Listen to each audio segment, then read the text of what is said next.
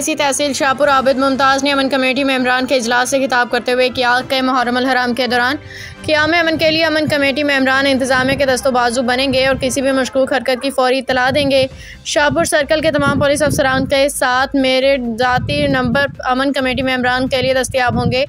क़याम अमन की राह में कोई रुकावट बर्दाश्त नहीं करेंगे। इजलास में मेंबरान अमन कमेटी से सिबगतुल्लाह हाशमी, यूनुस जाफरी, सब इंस्पेक्टर मोहम्मद आज़म, राजा मोहम्मद अकील, इमरान अंसारी, मुनीर नाज, राना अब्दुल खालिक, रेडर मौलाना मोहम्मद उस्मान अतीक, डॉक्टर जफर अब्बास, गुलाम हुसैन मलंगी, नैयर अब्बास, सईद सदाकत शहराजी, एडवोकेट मौलाना गुलाम अब्बास शाह, मंजूर अहमद भट्टी मौजूद थे।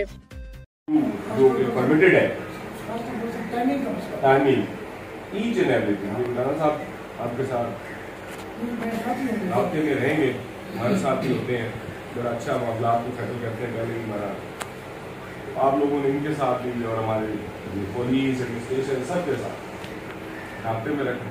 कोई इशू हो आप मेरे नॉलेज में लेके आए, ठीक है।